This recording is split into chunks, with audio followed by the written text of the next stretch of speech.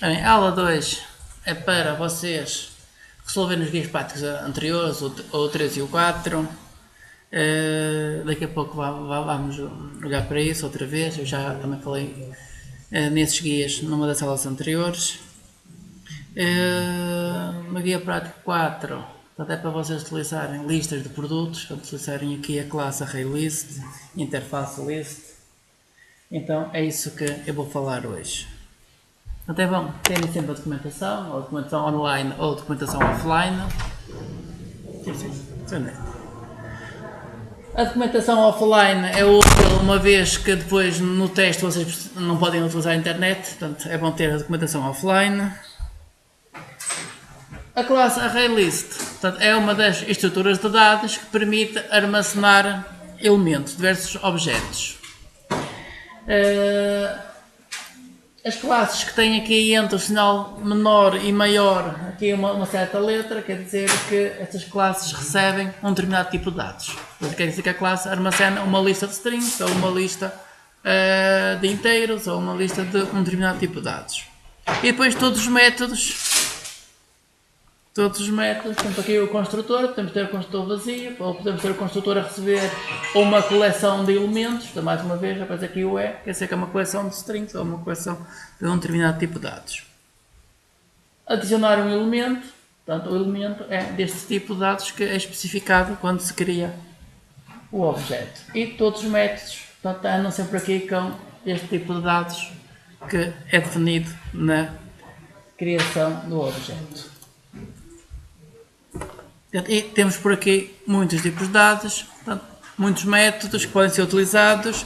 Estes métodos têm a vantagem de que permite adicionar e remover elementos aqui a esta estrutura de dados. É uma coisa que não se pode fazer, portanto, com um array. Se a pessoa tiver um array, o array tem tamanho fixo, a pessoa não pode chegar lá a aumentar o array ou diminuir o array. Ora bem, para simplificar isto, eu vou utilizar um exemplo que eu já dei aqui numa das aulas anteriores, que é o exemplo para cálculo de arranjos completos, portanto fazer aqui as permutações todas, e este exemplo estava a utilizar um array fixo.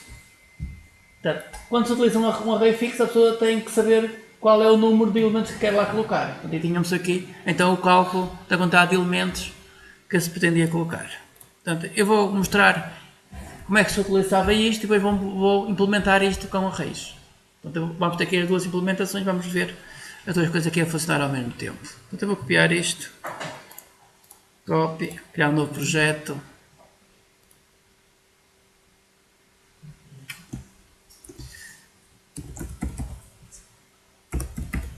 Permutations, next, terminar. Package pt.ipabeja.istig.p2, temos o pacote e agora uma nova classe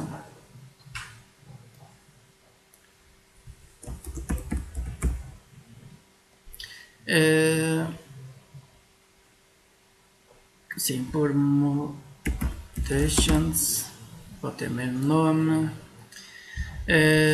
Eu aqui não quero, só quero isto, pode ser só isto, e aqui colo a classe. Ok. Portanto, esta classe está a utilizar aqui um array de strings. Agora vou criar aqui uma classe de teste. Nova classe, teste. Eu vou chamar isto show values, por exemplo. Quero aqui a função main. Ok, e tenho aqui uma função agora então para fazer aqui o teste e ver isto a funcionar. Portanto, para já eu vou utilizar estes métodos assim como estão. Estes métodos, se a pessoa quisesse, até podia colocar os métodos estáticos, static, portanto, uma vez que uma vez que os métodos não utilizam variáveis de instância, portanto quando um método não utiliza variável de instância pode ser um método estático. E neste caso, então, são métodos estáticos, os métodos estáticos só podem chamar métodos estáticos. Portanto aqui, ao não ser, portanto, além de métodos que sejam acedidos através de objetos. Portanto, podemos criar objetos e através desses objetos chamar outros métodos que não métodos estáticos. Portanto, neste caso, se eu quiser chamar este método de baixo, então eu posso dizer que este método de baixo também seria um método estático. Neste caso, isto seria um método privado, que este método depois não é para ser visível. E aqui, em vez do this, coloca-se o nome da classe. Portanto, se eu quisesse colocar os métodos estáticos, tinha aqui estas trocas.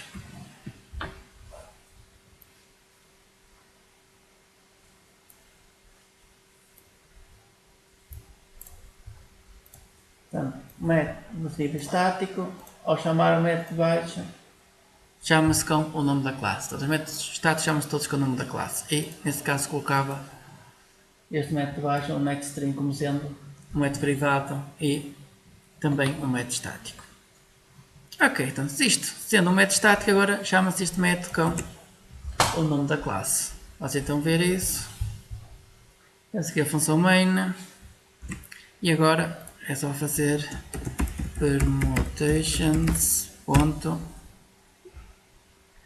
permutations.string igual ok, isto é igual permutations e agora só falta aqui o número de cores e o número de posições.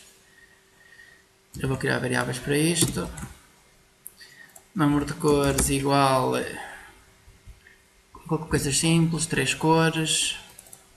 Número de posições vai ser igual a 2 posições. Portanto, aqui chamo o método com 3 cores e 2 posições.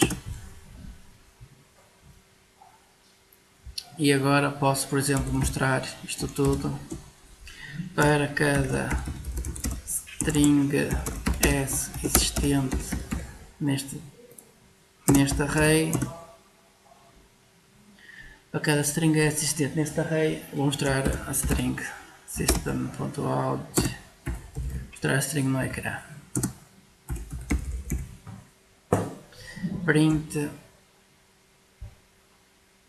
sim, depois dou um espaço s, qual vou juntar aqui um tab. Ok. Este é a string, é o ciclo for each. Portanto, para cada elemento existente nesta coleção, o elemento é colocado nesta variável, depois mostra o valor da variável, volta para cima, ele vai perguntar à coleção se existe mais elementos, se existem mais elementos, pega no próximo, coloca no S e está sempre aqui a executar isto. Vamos ver o resultado disto. E o resultado está aqui na consola.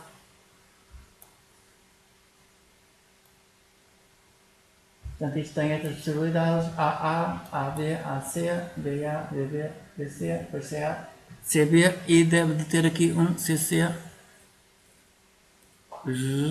Parece que ele não calculou o CCA. Parece que ele não calculou o CCA. Ora bem, eu vou colocar, em vez disto, colocar aqui um print line e ver isto numa lista. Assim todos. Uma coluna. Sim, falta aqui um. Falta aqui o CCA. 1, 2, 3, 4, 5, 6, 7, 8. 8. Isto devia de ser 9. Bem, isto é 2 à terça, sim. Ou 3 elevado a 2. 3 elevado a 2, sim, 3 ao quadrado que dá 9, sim. 3 ao quadrado dá 9. 2 elevado a 3 dá 8. Se calhar o cálculo deve estar ao contrário. Se calhar o cálculo está ao contrário para ele não estar a calcular isto tudo. Número de posições levantado a número de cores. Isto se calhar é número de cores levantado ao número de posições. Save. Voltar a executar. E agora sim temos o resultado certo. Portanto, era assim que se podia utilizar este código. Agora eu vou mostrar isto passo a passo para ver como é que isto está a funcionar. Portanto, para executar passo a passo, colocas um ponto de paragem, colocar aqui um ponto de paragem, aqui nesta barra, nesta barrinha vertical, colocar aqui um ponto de paragem. E agora debug as Java Application. Ele vai mudar de perspectiva. Já está aqui o debugger. Posso aumentar aqui a janela. Portanto, aqui temos uma referência para um array que vai ser devolvido por este método. Vamos entrar dentro do método. Estamos dentro do método, calcular o número de posições. O número de posições que é isto. Watts. Número de posições. Posso apagar os outros valores.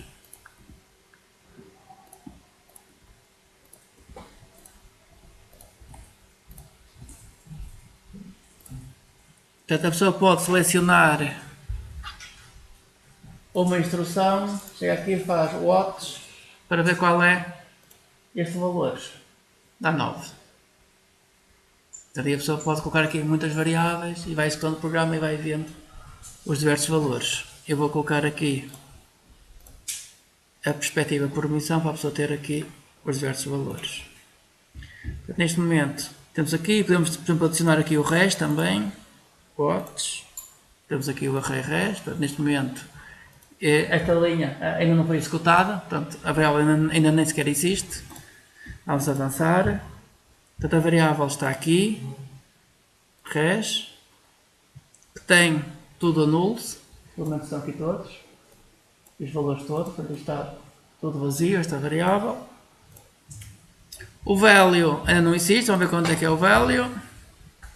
Só pode colocar o cursor sobre a variável, ou poder chegar aqui e adicionar a variável, value, e pode ir controlando. Portanto, a variável neste momento é a AA, e agora, ao executar o next, a variável vai passar para a AB, e está-se a colocar isto nesta posição. Watts, na posição I, neste momento é nulo, ao inserir um valor. Na posição I temos, agora aqui o valor foi calculado, o res, se eu selecionar consigo ver aqui os valores que tem esta variável. Posso aqui aumentar isto para a pessoa ter aqui estes valores todos e ter aqui o controle do que está a acontecer. Ok, e a pessoa pode ir aqui executando e vai vendo a evolução do programa. Portanto, quando isto sai, esta variável S, ou esta variável res, você consegue ver aqui, tem estes valores todos. E agora percorre um de cada vez, portanto o S vai ter cada um dos valores. O S vai ter cada um dos valores até chegar ao fim e continua e termina. Ora bem, o problema de utilizar arrays é que, à partida, a pessoa tem que saber qual é a dimensão que quer. Portanto, este é o problema de utilizar arrays. À partida, a pessoa tem que saber qual é a dimensão, porque a pessoa não pode incrementar, nem decrementar, portanto, não pode nem aumentar nem diminuir o tamanho do array. Além disso, portanto, depois também não pode aqui remover posições. A possibilidade para remover posições é colocar, portanto, neste caso, portanto, isto são referências para strings, colocar nulo.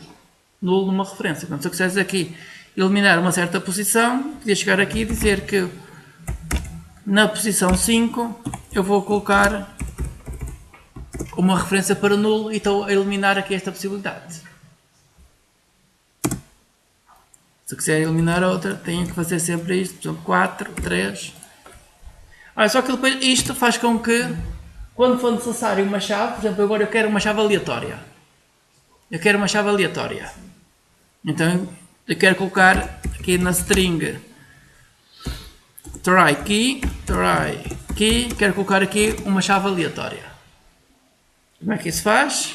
Então precisamos de números aleatórios, new random, ponto next int, new random, ponto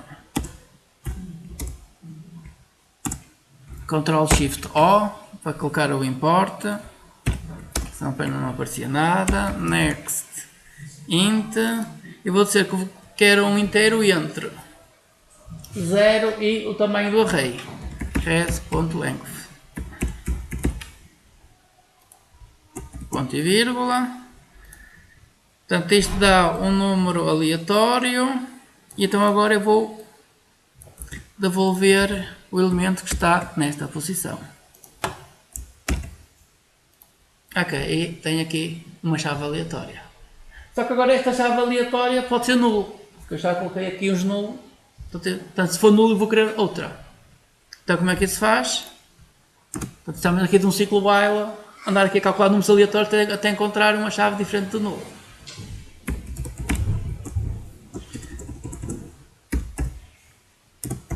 Aqui posso usar muitos ciclos diferentes. Portanto, se eu quiser utilizar, que é mais certo utilizar isto depois fora aqui do ciclo, eu tenho que declarar a variável fora. Isto toma o valor de nulo. E agora aqui coloco um determinado valor. E faço enquanto... Portanto, isto vai repetir enquanto a chave for igual a nulo. Portanto, enquanto a chave for igual a nulo, tem que repetir o ciclo. Portanto, enquanto for igual a nulo, vai andar aqui sempre no ciclo. E então, isso quer dizer que aqui já temos uma chave diferente de nulo.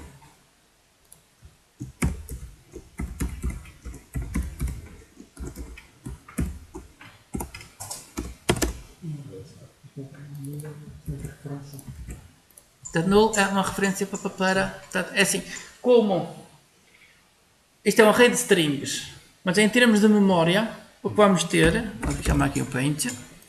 O paint é muito útil para estas coisas. Portanto, quando temos um array, portanto, um array é um bloco de memória. Um bloco de memória, temos aqui também um lapisinho para escrever, que é importante. Okay, temos aqui várias posições, mais ou menos posições. Isto é indexado por índices. Se isto for um array de strings, quer dizer que cada uma destas posições o que vai ter não é uma string, mas é uma referência para onde é que vai estar um objeto. Este objeto é do tipo string. Isto parece coisa primária, aqui desenhar isto. String. Ora bem, se isto tiver aqui uma referência para null, portanto, isto é um endereço de memória, geralmente é o 000, portanto, é um endereço de memória que não existe.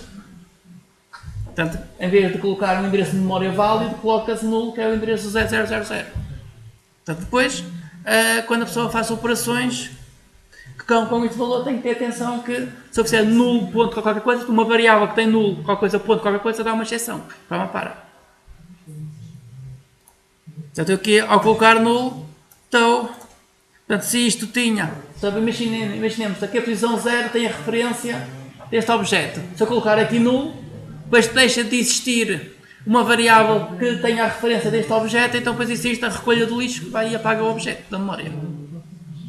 Portanto, se eu colocar aqui null, eu estou a retirar a referência para esta zona de memória e passa para a zona de 0000, depois há um processo que limpa todos os objetos que não há nenhuma referência em termos de variáveis para aquele endereço de memória. Ok, portanto isto está... Portanto aqui a pessoa pode colocar posições a null, portanto não pode diminuir o objeto, diminuir aqui o array não se pode diminuir. O que se poderia fazer, se a pessoa quisesse aumentar ou diminuir, era criar um novo array e copiar a informação toda. Basicamente é isso que as listas fazem. As listas,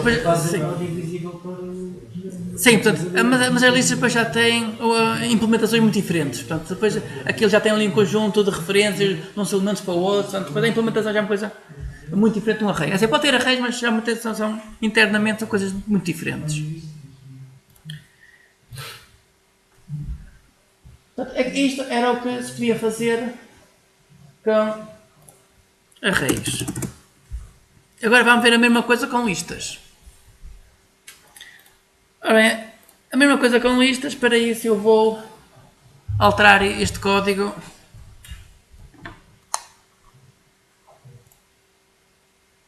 Continuar.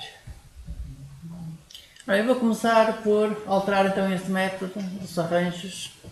E neste caso é só mesmo necessário alterar este método. Portanto, o next fica igual. Então vamos aqui à classe permutações. Portanto, este next string, este fica igual. Portanto, temos só que alterar aqui este método. Portanto, eu vou fazer um copy paste. E vamos ficar aqui com as duas versões. Colocar aqui o número 2. Este vai ser o número 2. Agora, em vez de devolver um array, vai devolver list de string. É preferível colocar list de string, Ctrl Shift O para ele colocar aqui o import. O import é Java Util List. Portanto, Java Util List é uma interface que define conjunto de métodos que têm que existir para uma estrutura de dados ser considerada uma lista. Portanto, ser uma estrutura de dados para armazenar valores que é eficiente a inserir os valores no início, inserir os valores no fim e fazer a remoção no início e no fim. Portanto, isto são as considerações principais sobre o que é uma lista. Portanto, é este. Este Java AWT List, AWT, isto é a parte gráfica. Portanto, isto será um elemento gráfico, será uma lista gráfica, é uma coisa totalmente diferente. Portanto, o que queremos é este Java Util List. Tá? Portanto, aqui a variável res vai ser deste tipo, em vez de ser um array de strings, vai passar a ser um list de strings. E agora temos que criar o objeto. Agora aqui o objeto já não é um array de strings, mas é o tipo array list de strings. Agora falta o import do array list, Ctrl Shift O, save. Ora bem, porquê é que nós criamos um objeto do tipo ArrayList e colocamos numa referência do tipo list? Portanto, isto aparece a explicação no Guia Prático 4, que depois devem ler ainda hoje, se acabarem o Guia Prático 3, se não, em casa, leem isto. Portanto, a ideia aqui é que ao colocar um objeto do tipo ArrayList numa referência do tipo list, estamos a limitar a quantidade de métodos que podemos utilizar. Portanto, só podemos utilizar os métodos que estão na interface list. Isto permite o quê? Isto permite que eu possa alterar aqui este objeto para outro objeto que implemente a classe list, que tudo o resto fica igual, funcionar. Portanto, se eu tiver um programa a trabalhar com listas, se eu quiser passar isto para pilhas ou vetores ou árvores ou qualquer outra estrutura de dados que implemente esta interface list, portanto, eu não preciso me chamar nada a não ser aqui o nome da classe. Então, todo o resto fica igual. Fica igual porque, neste caso, estamos a utilizar um conjunto de métodos, são os métodos que estão aqui nesta interface, pois são comuns a muitas classes diferentes. Portanto, agora temos que só alterar aqui isto. Portanto, agora para se adicionar um elemento, utiliza-se o método add, adicionar este valor. Agora isto vai se repetir aqui, adicionar o valor e devolve-se o resto. E está feito. Portanto, este método está implementado. Portanto, as alterações é o tipo que devolve, portanto, devolve uma referência para uma lista. Crias um objeto tipo ArrayList e colocas nesta referência do resultado. Para adicionar valores, utilizas o método add, tanto aqui como aqui. Que era o que estava aqui a fazer. Portanto, aqui adiciona-se a primeira string, que será AA, pode ter mais ou menos letras, depende aqui do número de posições. E depois aqui calcula-se a próxima string e adiciona-se a próxima string. E estamos sempre aqui em ciclo a criar sempre os próximos elementos e a adicionar os próximos elementos. Portanto, isto são as alterações que são necessárias fazer aqui.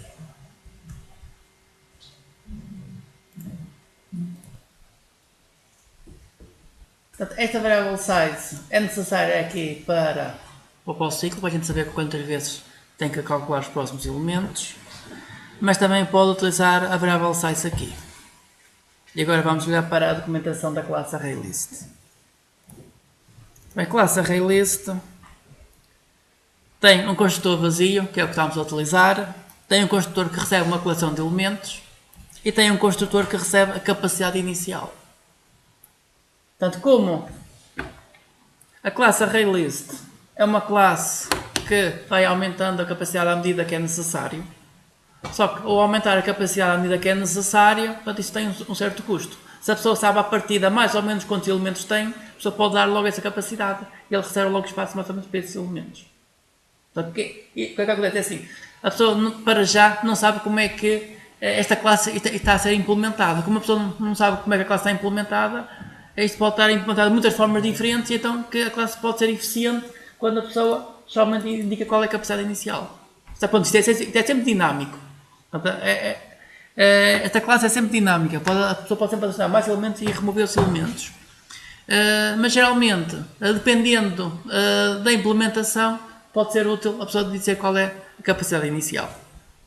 Portanto, neste caso quer dizer que nós podemos utilizar este size aqui no construtor a dizer qual é a capacidade inicial. Portanto, em princípio, isto torna isto mais eficiente. Portanto, o construtor pode receber aqui o size.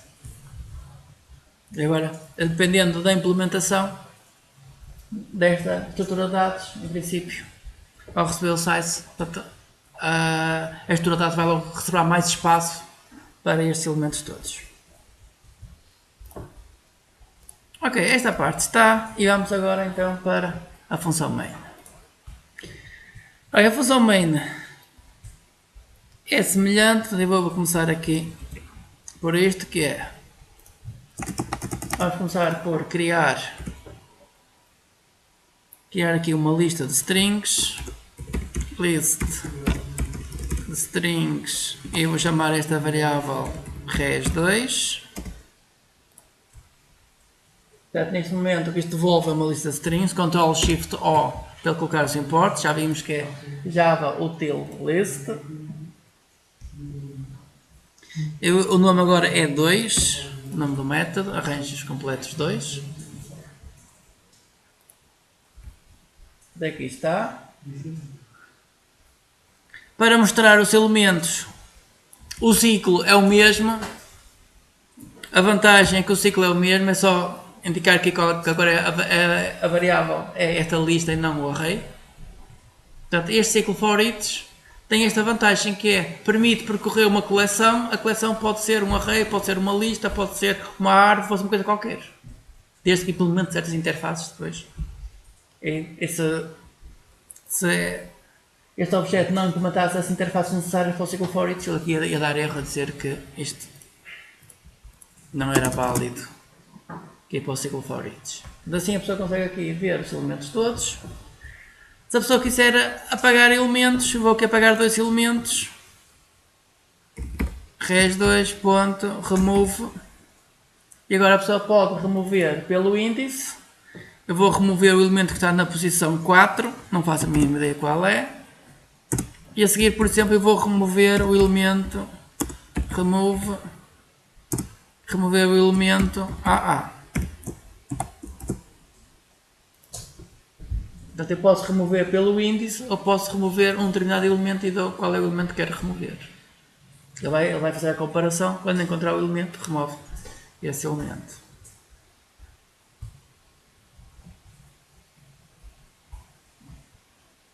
Se eu quiser agora uma chave aleatória, string try key2 é igual res2.get, obter um determinado elemento, e agora temos que dar aqui o índice. E o índice é isto que temos aqui, uma coisa parecida com isto. Ora bem, res2.size.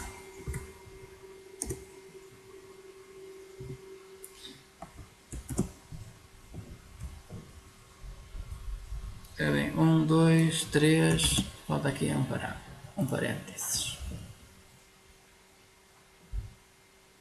E agora, se eu mostrar a próxima chave, tenho a próxima chave no ecrã. Portanto, neste caso já não é necessário o ciclo while. Porquê?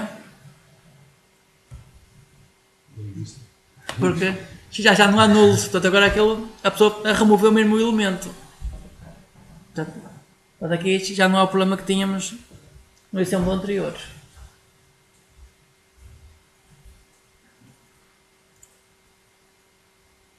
Só para ter uma noção como é que isto depois funciona, debug as Java Application. Ok. Portanto, ele parou inicialmente aqui. Quer dizer que eu vou ter aqui um ponto de paragem, executar até ao próximo ponto de paragem. Agora vou executar isto tudo uma vez. Step over. Portanto, o array 2 é um array list. Então temos aqui que o size é 9. A gente consegue ver quais são os elementos. E a grande vantagem é que a pessoa chega aqui, pode agora escrever aqui res2 ponto e chama métodos. Por exemplo, size. O size é 9. Add, e vou aqui adicionar um elemento ABC. Adicionei o elemento ABC, ele devolveu true. Quer dizer que se eu fizer ponto size, até agora era 9, agora terá que dar 10. A pessoa pode ver aqui o que é que se passa. A variável res está aqui, tenho aqui os valores todos, eu adicionei no fim, eu adicionei o ABC à variável res2. Vou apagar isto e colocar aqui res2. Res2 tem que ter aqui alguns o ABC aparece aqui no fim. Portanto, quer dizer que quando adiciona elementos, ele está a adicionar os elementos no fim. Podia adicionar no início, pode adicionar no fim. Portanto, a grande vantagem é que temos métodos aqui associados a este objeto que não existe no array normal.